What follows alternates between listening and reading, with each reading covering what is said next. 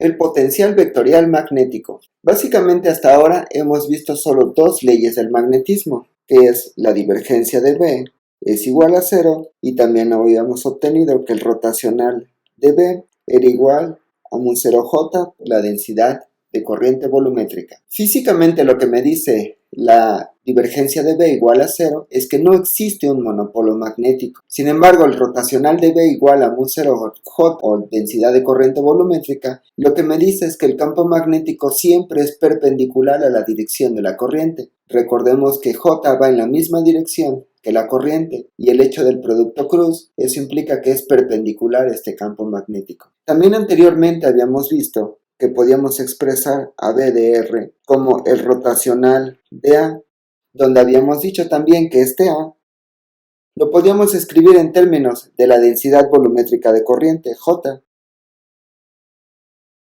o también lo podemos escribir en términos de la densidad de corriente superficial,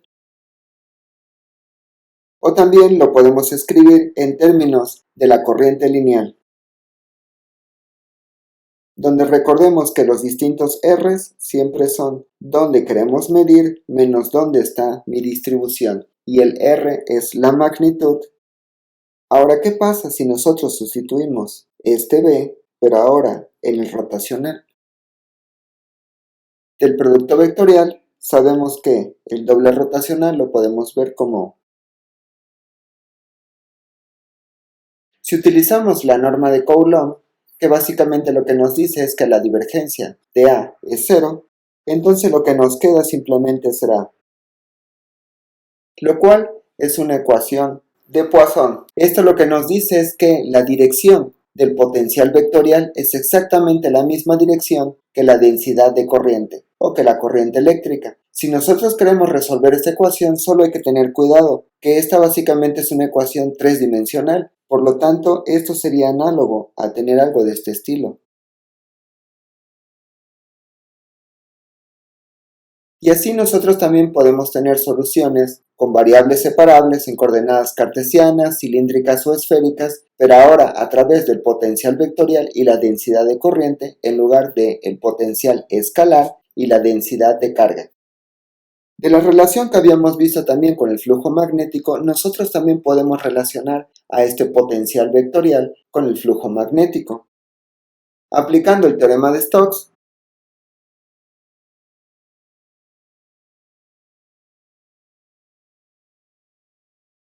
y aquí tenemos el flujo magnético, pero ahora en términos del potencial vectorial.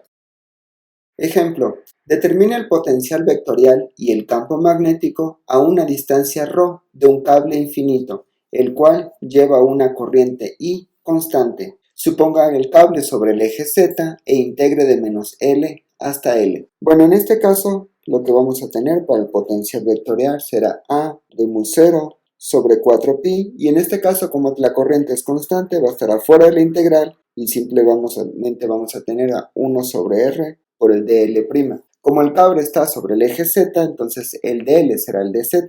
Recordemos que el R siempre es donde quiero medir menos dónde está mi distribución. Queremos medir en cualquier punto, pero dado que el cable es infinito, entonces no puedo medir en Z, pero que sí puedo medir es en ρ. Entonces, utilizando coordenadas cilíndricas, lo que voy a tener es un ρ de ρ gorro, menos si la distribución me dice que considere que está sobre el eje Z. Por lo tanto, el R simplemente será la magnitud, que será el ρ cuadrada más el Z cuadrada a la 1/2. Al sustituir esta información, el potencial vectorial A tomará la forma. Además, recordemos que la dirección de la corriente es la dirección también del potencial vectorial. Por lo tanto, aquí tendremos A, que va en la dirección K. Y como estamos integrando el límites simétricos de menos L a L, podemos integrar también de 0 a L, multiplicando por un 2. Ahora, integrando por funciones trigonométricas, lo que tendremos será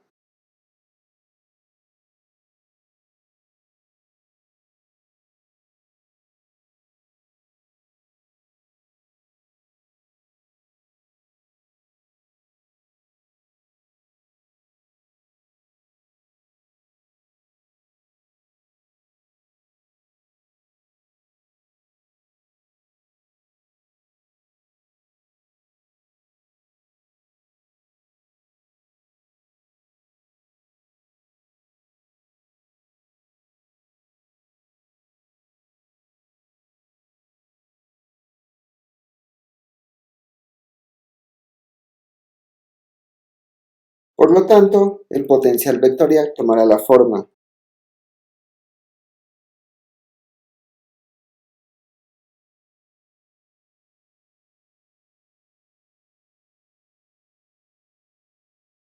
evaluando tendremos.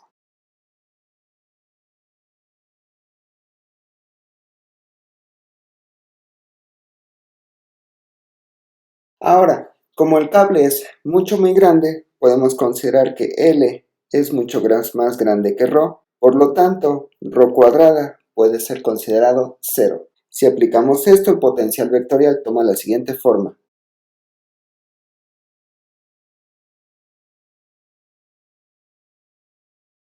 Y listo, aquí tenemos el potencial vectorial aproximado o el potencial vectorial exacto. Aquí quiero hacer énfasis que nosotros no podemos calcular el potencial vectorial de un cable infinito por el hecho de que cuando tengamos que evaluar los límites de la integral de menos infinito a infinito, esta básicamente diverge. Por eso es que no se puede calcular el potencial vectorial y hay que utilizar una técnica que poniendo el cable simplemente con un cierto tamaño para poder obtener un potencial vectorial. Repito, debido a que la integral diverge. Como ya tenemos el potencial vectorial, entonces podemos calcular el campo magnético. Recordemos que este simplemente es el rotacional de A. Como utilicé coordenadas cilíndricas para obtener A, entonces debemos utilizar el rotacional en coordenadas cilíndricas.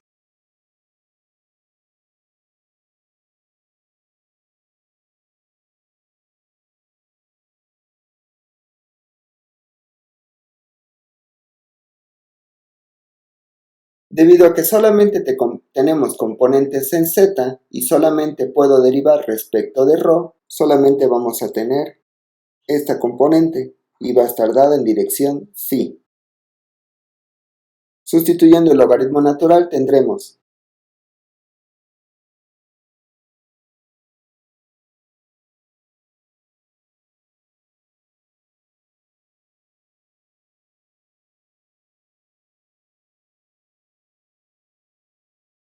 el cual es el resultado que ya habíamos obtenido cuando calculamos el campo magnético de un cable infinito a través de ley de Biot-Savart. Esto simplemente es una comprobación de que también podemos obtener el campo magnético a través del potencial vectorial magnético.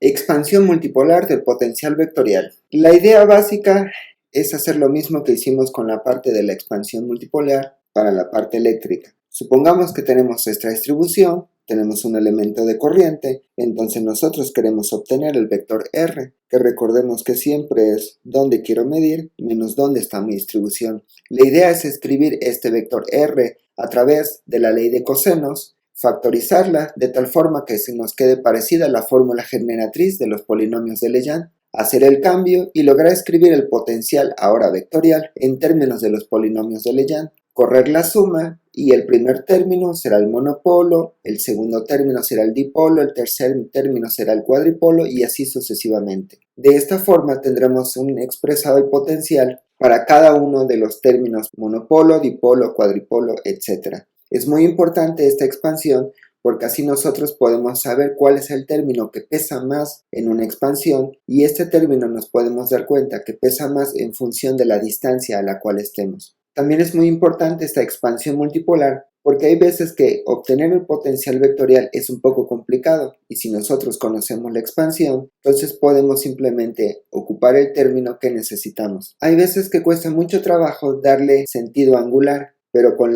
los polinomios de Legendre a través de la expansión multipolar es mucho más sencillo. Entonces comencemos. Sabemos que el potencial vectorial A está dado como donde R.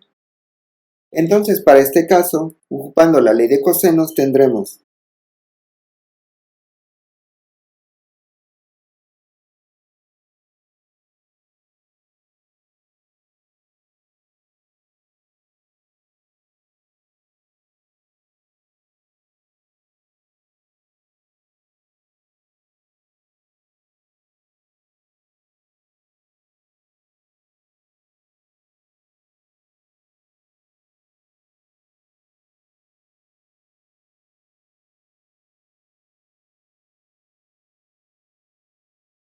al sustituir esta información en el potencial vectorial tendremos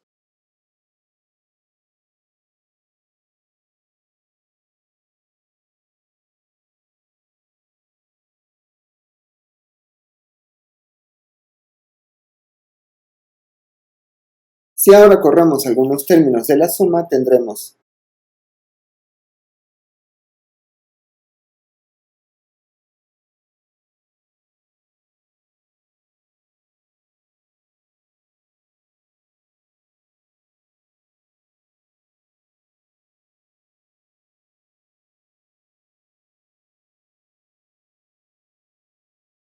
los cuales básicamente son el término monopolar más el término dipolar más el término cuadripolar, y así sucesivamente, los cuales también los podemos escribir en términos del producto punto.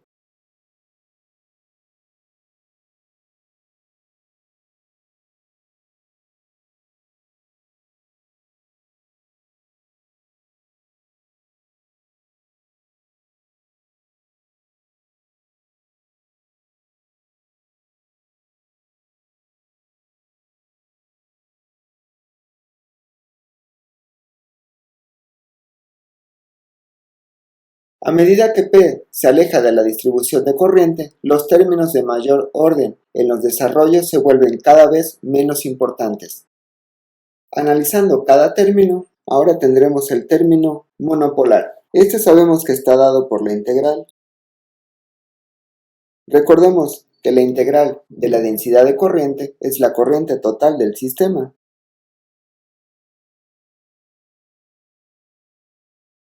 Pero como es la corriente total del sistema y está encerrada, esto quiere decir que no hay flujo, por lo tanto es cero. La suma de todos los elementos de corrientes es cero. Esto nos recuerda la primera ley de Kirchhoff.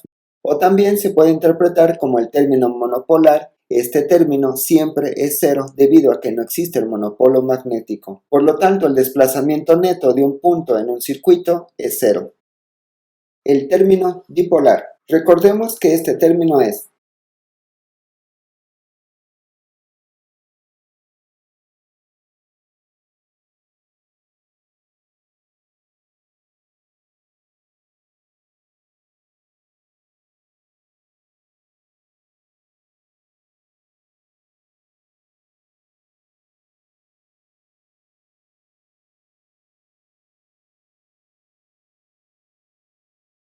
lo que haremos será simplemente analizar el puro término de la integral, o sea, d es igual. Para esto, consideremos a un vector c constante arbitrario, por lo cual podemos escribir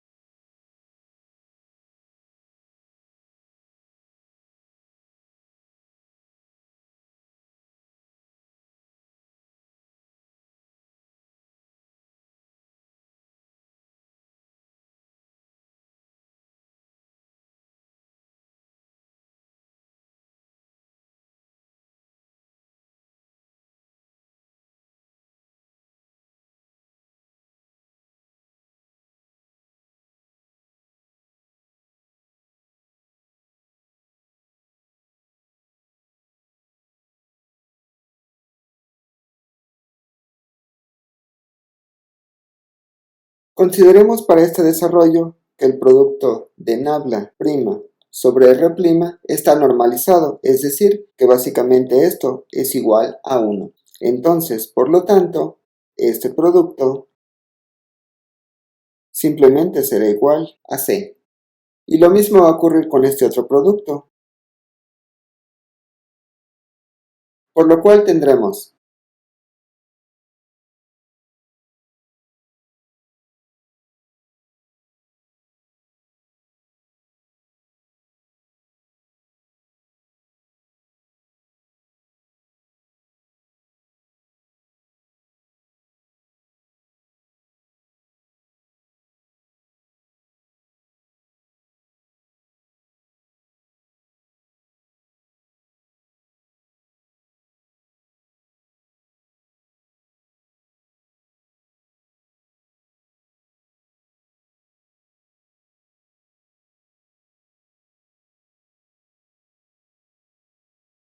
Pero recordemos que el de la derivada de un producto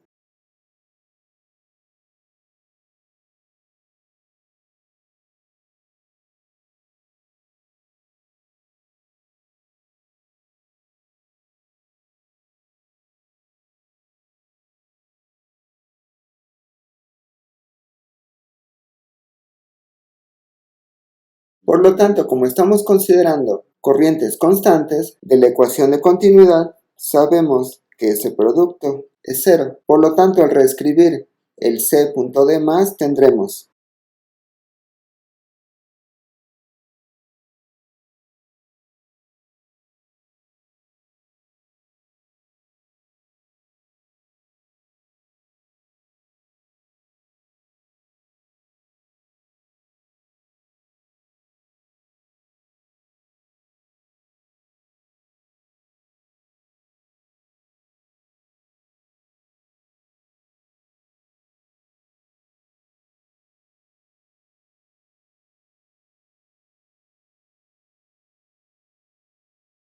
Sin embargo, B' encierra a todas las corrientes, de manera que J es igual a cero, es decir, es el monopolo magnético en todos los elementos superficiales de A' o de S'.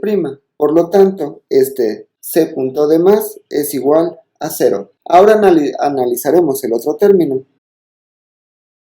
Ahora, analizando solamente el término que está entre corchetes,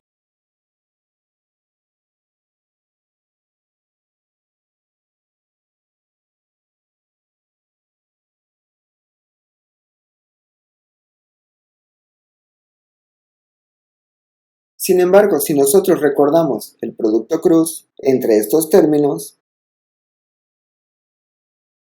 este es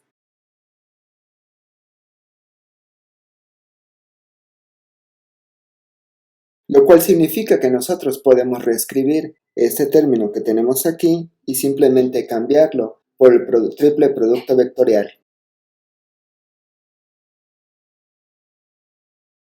Si lo sustituimos nuevamente en la integral, tendremos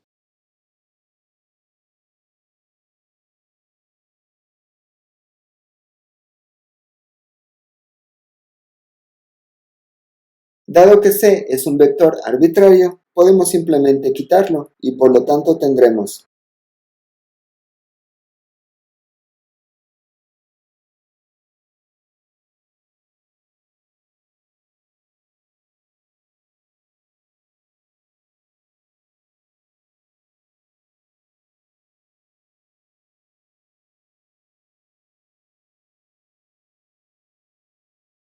y definimos la densidad de momento magnético o la magnetización.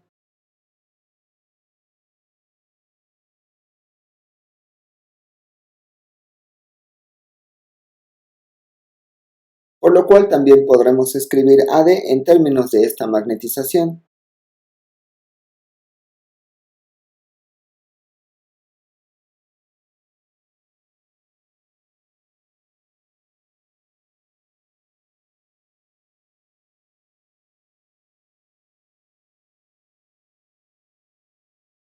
Donde está M es el momento dipolar magnético, el cual solo depende de las propiedades de la distribución, pues su dependencia es de R' y J'.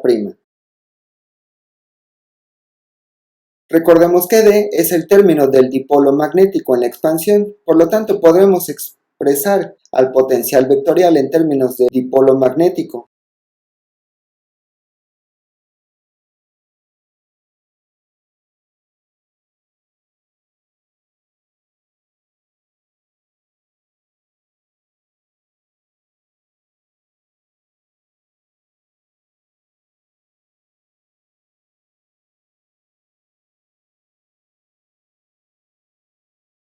Recordemos que el potencial vectorial es perpendicular al plano formado por el momento dipolar magnético, y el campo del dipolo en este caso será simplemente el rotacional de este A.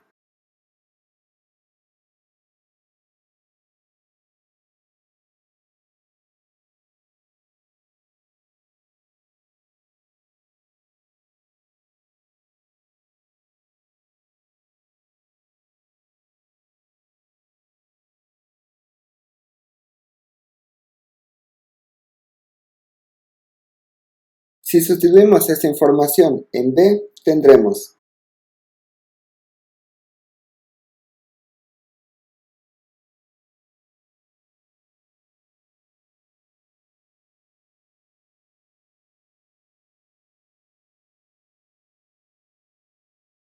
Pero a su vez, si analizamos este término de aquí, tendremos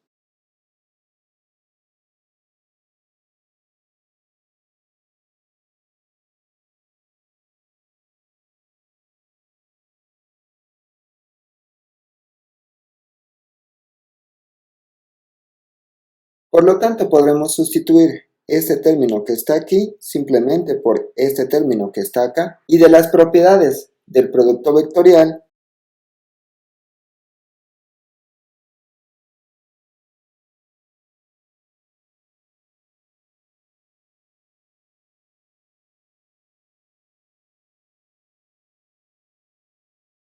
recordemos que la divergencia de m es 0. Esto es por el hecho de que m depende de r', no de r. Por eso es que esto es 0. Y lo mismo va a pasar con este término que está aquí. Entonces, por lo tanto,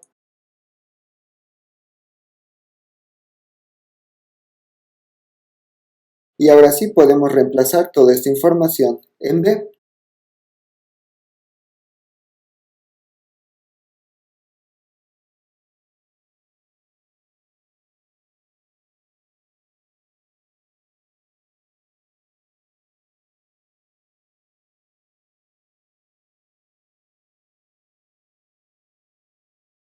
Recordemos que este término que está aquí es igual a 3 y este término que está aquí simplemente vale m. Haciendo esta sustitución tendremos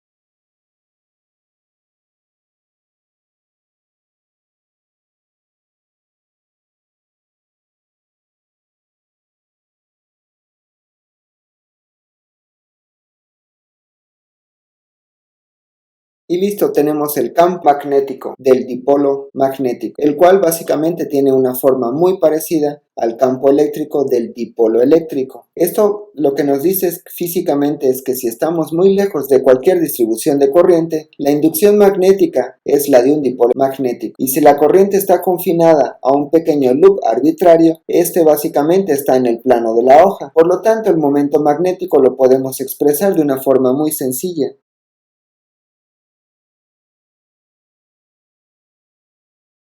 Recordemos que el momento magnético es perpendicular al plano de la espira, donde el dA es el área de esta espira y la integral de la espira dará el área total. Entonces el momento magnético, la magnitud de este momento magnético simplemente va a ser corriente cruz el área y va a ser independiente de la forma de este loop. Si la distribución de corriente es debido a una carga Q y a una masa M que se está moviendo con una cierta velocidad, digamos un electrón o un hueco que se está moviendo con una cierta velocidad v, entonces podemos obtener la densidad de corriente debido a esta carga que se está moviendo.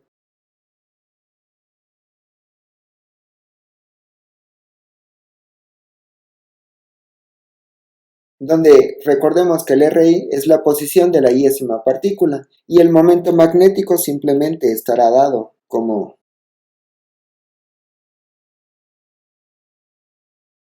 el producto R cruz B es proporcional al momento angular. Recordemos que L, el momento angular, simplemente es igual a R cruz P. Si nosotros abrimos la definición de P, sería simplemente.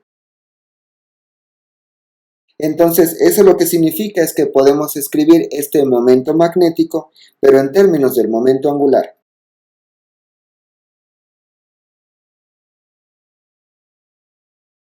Si todas las partículas tienen la misma carga y la misma masa, supongamos la masa del electrón, esta es la conexión clásica entre el momento magnético y el momento angular, el cual también es válido a escala atómica. Si en particular consideramos que el momento angular L total es igual a H barra, entonces lo que obtenemos es el magnetón de Bohr. Esta relación es muy importante.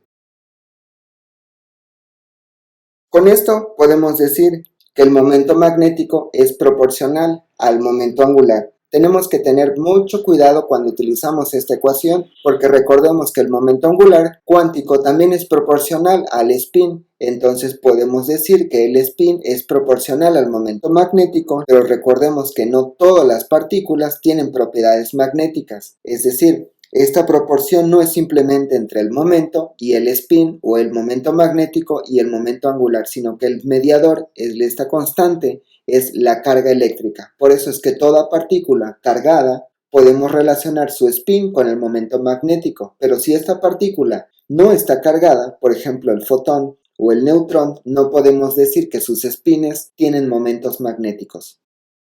Ejemplo, considera el anillo circular de radio R de la figura, el cual porta una corriente I. Determine el potencial vectorial magnético monopolar, dipolar y cuadripolar. Bueno, como es un anillo, básicamente lo que tenemos es que no hay corriente en ningún punto, de repente en el borde del anillo hay corriente y después no vuelve a haber corriente en ningún punto. Este pequeño pico que está aquí donde nos indica que sí hay corriente, lo podemos expresar básicamente como una delta de Dirac. Entonces lo que haremos será escribir la densidad de corriente superficial en términos de la corriente usando la delta de Dirac. Recordemos que en este caso necesitamos coordenadas cilíndricas. Entonces la delta de Dirac en coordenadas cilíndricas simplemente es 1 sobre 2πr. En este caso sería el r' menos r, pues r es el radio del anillo. Y en el eje Z, el anillo está montado en Z igual a 0. Y esto está en dirección phi. Y ahora eso sería la delta y simplemente aquí multiplicamos por la corriente. Esto nos va a facilitar muchísimo el cálculo. El término monopolar.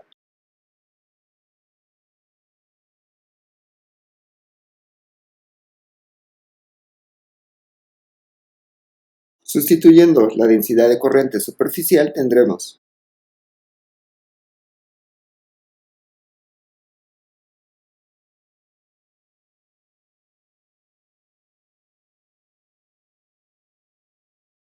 Voy a obviar el término de la delta de Z por el hecho de que simplemente está en Z igual a 0. Entonces, cuando hacemos esto tendremos que evaluar, y esto básicamente sabemos que nos va a dar 0, debido a que es el monopolo. Para el término dipolar,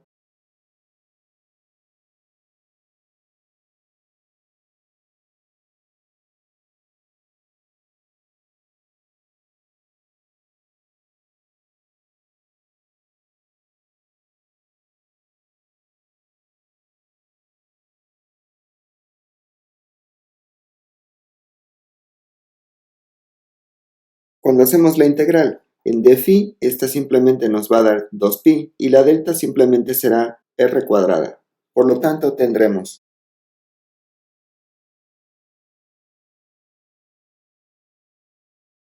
finalmente para el término cuadripolar tendremos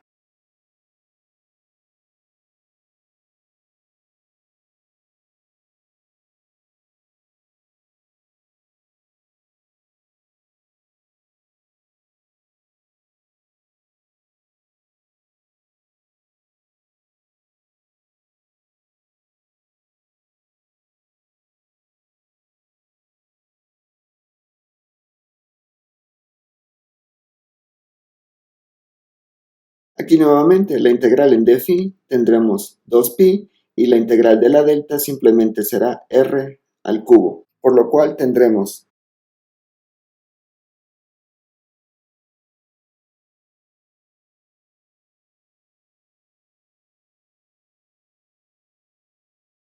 y listo, hemos calculado los tres términos que necesitábamos. Como vemos es muy importante la delta Dirac. Aparentemente es un poco complicada, pero realmente es bastante sencilla de utilizar, sobre todo cuando tenemos alguna distribución o alguna corriente o densidad de carga que solamente esté en un borde, por ejemplo en este caso en un anillo. O también es muy importante la delta Dirac cuando solo tenemos, por ejemplo, un cascarón esférico, dado que no tenemos ninguna densidad de carga y en este punto sí tenemos y de repente no volvemos a tener.